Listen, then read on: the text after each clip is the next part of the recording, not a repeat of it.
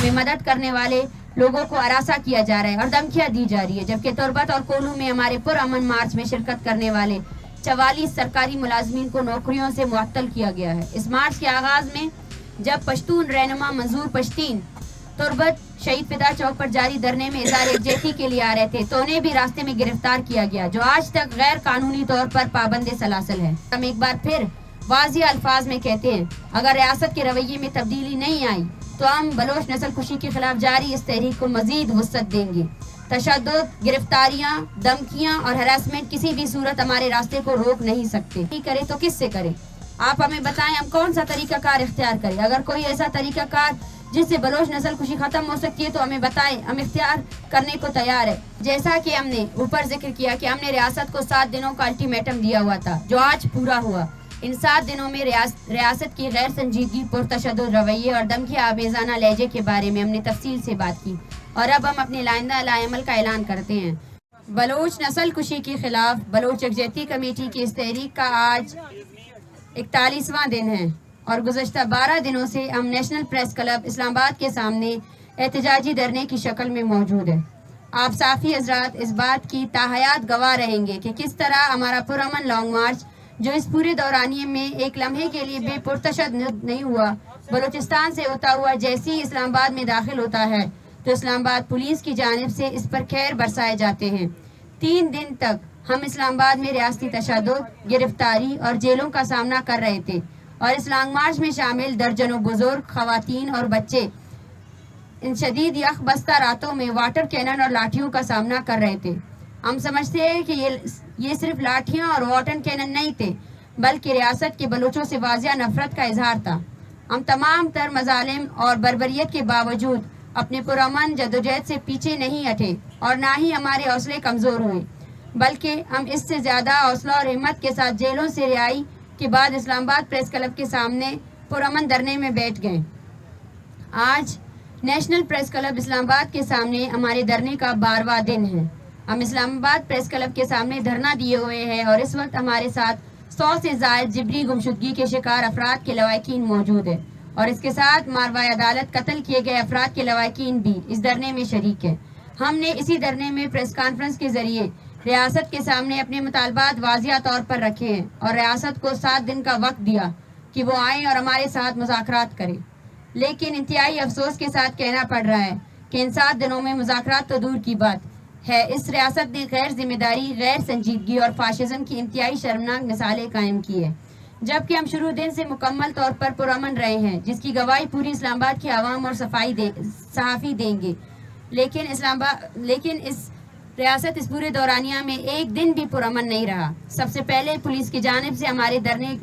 دھرنا جا کو خاردار تاروں کے اندر بند کر دیا گیا۔ جو صحافی حضرات یہاں موجود ہیں اس کو اپنی آنکھوں سے دیکھ سکتے ہیں، اور یہاں ان خاردار تاروں کے ساتھ باری نفری بھی تعینات رہتی ہے، جو مسلسل ہمیں ہراساں کر رہی ہے۔ جبکہ ایک رات ان پولیس والوں کی موجودگی میں ایک ویگو گاڑی آئی، جس میں سوار نقاب پوش مسلح افراد نے ہمارے پرامن شرکا پر بندوقیں تان کر انہیں ہراساں کیا، دھمکایا، اور ہمارے دھرنے کے ساؤنڈ سسٹم کو اٹھا کر اپنے ساتھ لے گئے۔ اور اس کے 2 دن بعد جب ہم اپنے دھرنے کے مقام سے سیمینار کا انعقاد کرنے جا رہے تھے تو اس دن پولیس والوں نے دوبارہ ہمارے ساؤنڈ سسٹم کو چھیننے کی کوشش کی، جسے ہمارے شرکا نے ناکام بنایا۔ یہاں ہمارے دھرنے میں آنے والے ہر شہری اس بات کا گواہ ہے کہ ریاست کی جانب سے ہمارے پرامن مظاہرین کے خلاف لیے گئے اقدامات کتنے پرتشدد اور جارحانہ ہیں۔ یہاں تک جو بھی شہری ہمارے لیے کمبل یا کھانے پینے کی اشیاء لے آتے ہیں وہ ان چیزوں کو بھی اندر آنے نہیں چھوڑ رہے ہیں، اور انہیں چیک کرنے کے بہانے ہمیں اور ان شہریوں کی اد درجہ تذلیل کر رہے ہیں۔ لیکن جب ہم ان پولیس والوں سے وجوہات دریافت کرنے کی کوشش کرتے ہیں تو ہم سے انتہائی بدتمیزی سے پیش آتے ہیں اور ہمیں مختلف طریقوں سے ہراساں کرنے کی کوشش کرتے ہیں۔ ریاست کے پرتشدد رویے اور غیر سنجیدگی کے تمام ناقابل تردید ثبوت ویڈیوز کی صورت میں ہمارے پاس موجود ہے، اور آپ صحافی حضرات، سیاسی ورکر اور اسلام آباد کے شہری اس کے گواہ بھی ہیں۔ قابل احترام صحافی حضرات، ہم نے پچھلے پریس کانفرنس میں آپ کی توسط سے ریاست کے سامنے اپنے مطالبات رکھے تھے۔ ہمارے مطالبات میں سر فہرست یہ ہے کہ اقوام متحدہ کی ورکنگ گروپ کی سربراہی میں بلوچستان میں انسانی حقوق کی پامالیوں اور بلوچ نسل کشی کے حوالے سے تحقیقات کرنے کے لیے ایک فیکٹ فائنڈنگ مشن بلوچستان میں بھیجی جائے، اور اسی گروپ کی موجودگی میں بلوچستان میں جبری گمشدگیوں، ماروائے عدالت قتل اور بلوچ نسل کشی کے خاتمے کے لیے ایک معاہدے پر دستخط کیا جائے۔